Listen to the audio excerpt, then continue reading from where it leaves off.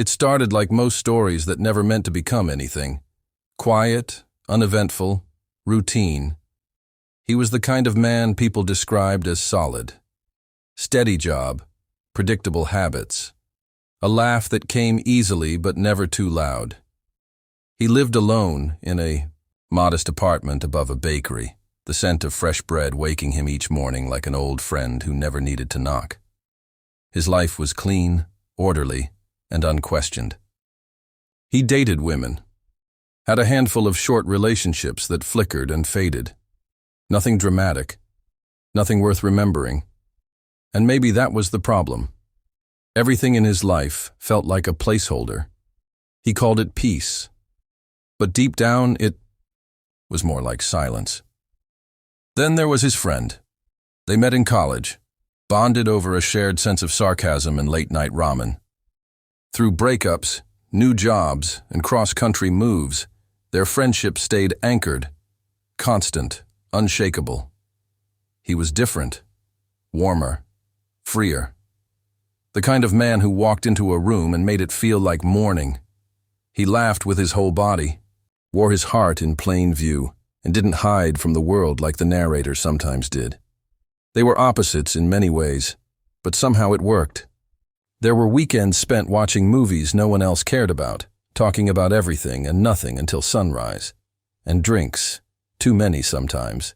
Conversations that edged close to something deeper before pulling back again. But it was always just friendship, always. Until it wasn't. There had been small moments over the years, a hand resting too long on a shoulder, a lingering glance during an inside joke. Times he caught himself watching his friend's face instead of the movie they were supposed to be watching. But he dismissed those moments as nothing. After all, he was straight. He had always been straight. That belief was something he clung to, not out of pride, but out of habit.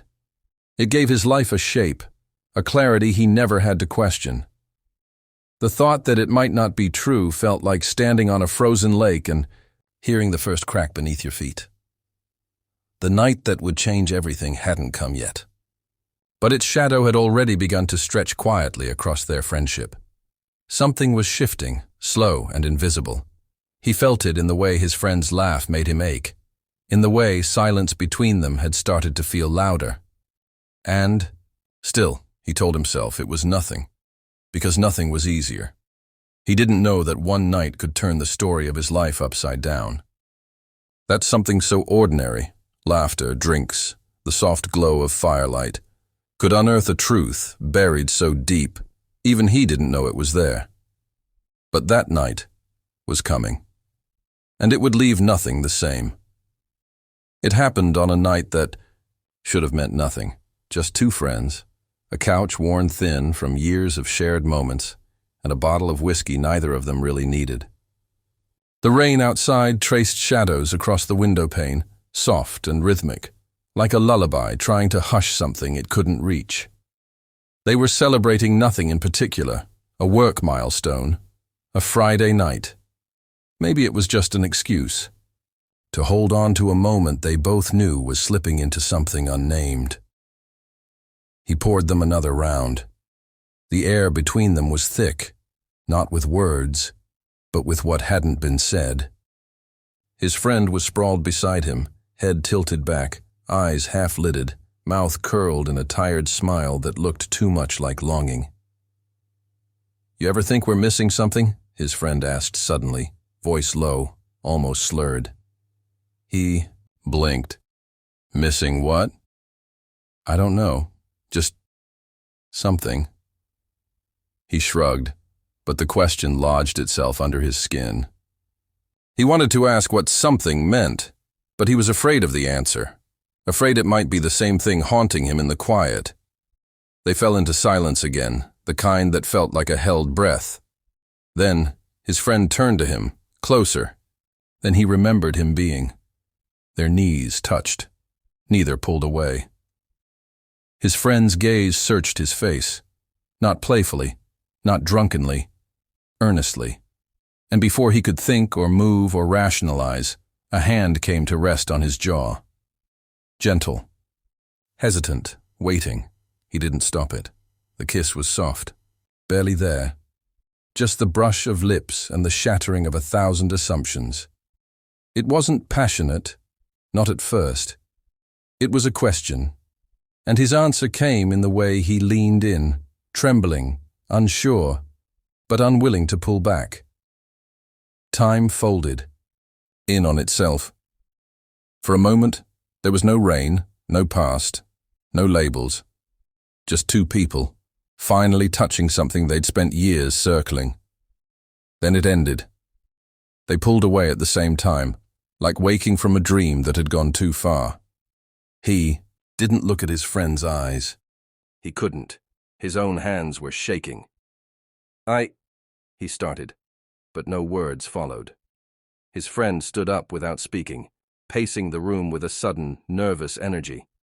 Then sat again, far enough away that the space between them felt like miles. Neither spoke about what had just happened. The silence returned, colder now. He stared at the bottle between them like it might explain something. But all it did was blur the edges of a truth he didn't want to face. When his friend left that night, he didn't say goodbye. He just closed the door softly behind him, leaving the kiss behind like a secret neither of them knew how to keep. The days that followed moved like molasses, thick, slow, and unbearably quiet. They didn't speak.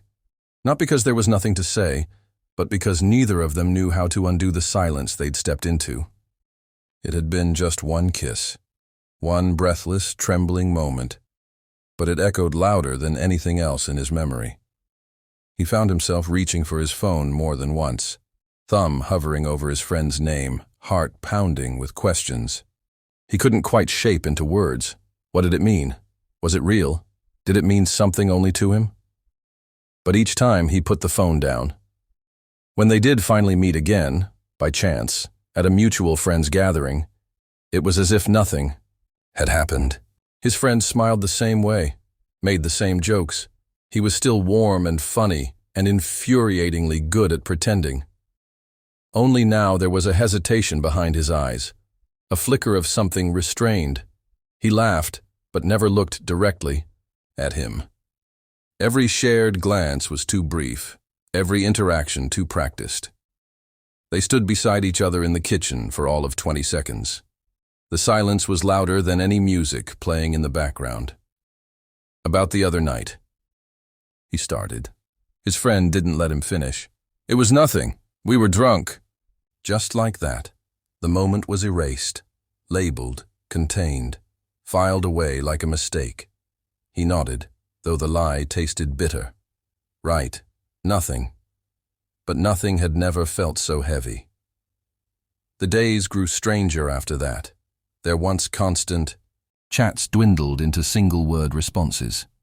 Plans to meet were met with vague excuses. The bond that had once felt unbreakable began to fray at the seams. He told himself to let it go, to move on, to chalk it all up to confusion and alcohol and wishful thinking. But he missed him. Not just the warmth of his presence or the familiar way his voice softened at night, but the version of himself that only existed when they were together. The one who felt lighter, seen. Weeks later, a message came. I need space. Don't take it personally. He stared at the words for a long time, hoping they would rearrange into something softer. But they didn't. Just those few, final lines, cold, impersonal, absolute. He didn't reply.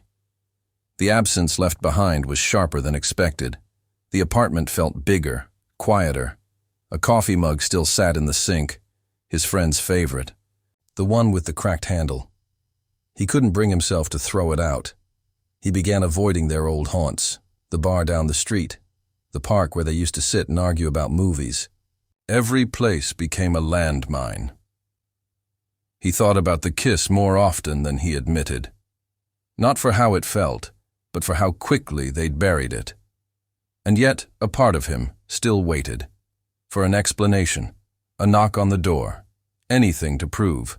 It hadn't all just vanished into silence. Autumn arrived without fanfare. brushing the city in shades of rust and quiet decay. The chill in the air pressed against his skin like a reminder of what had been, of what hadn't healed. Life carried on around him with the soft cruelty of normalcy, but something inside him stayed paused, caught in that unfinished moment, on the couch, in the silence that followed. He hadn't seen his friend in nearly 2 months. No calls, no messages, just absence, like a curtain drawn tightly shut. He told himself he was fine. That time would sand down the edges of what had happened, but forgetting was harder than pretending. Then one evening, as dusk pooled like ink at the corners of the sky, he found himself walking past their favorite bar. His feet had carried him there without thought. He slowed, uncertain, then froze. There, sitting at the far end of the dimly lit patio, was his friend. Alone. He hesitated. He could turn back. Let the moment pass. Keep the ache at a distance. But something pulled him forward. Not hope, not forgiveness. Just the need for truth. Their eyes met before he reached the table. His friend looked startled, then quietly resigned. No smile, no mask. "Mind if I sit?" he asked. His friend nodded, eyes lowering to the half-empty glass in front of him. For a long time, neither spoke. The city hummed around them, indifferent. "I shouldn't have disappeared," his friend said at last. "I just panicked." He nodded slowly. "I get it. I've been pretending it didn't matter, that it was just a mistake. But it did. And it wasn't." His friend looked up then, something raw flickering behind his gaze. It meant everything. That's why it scared me.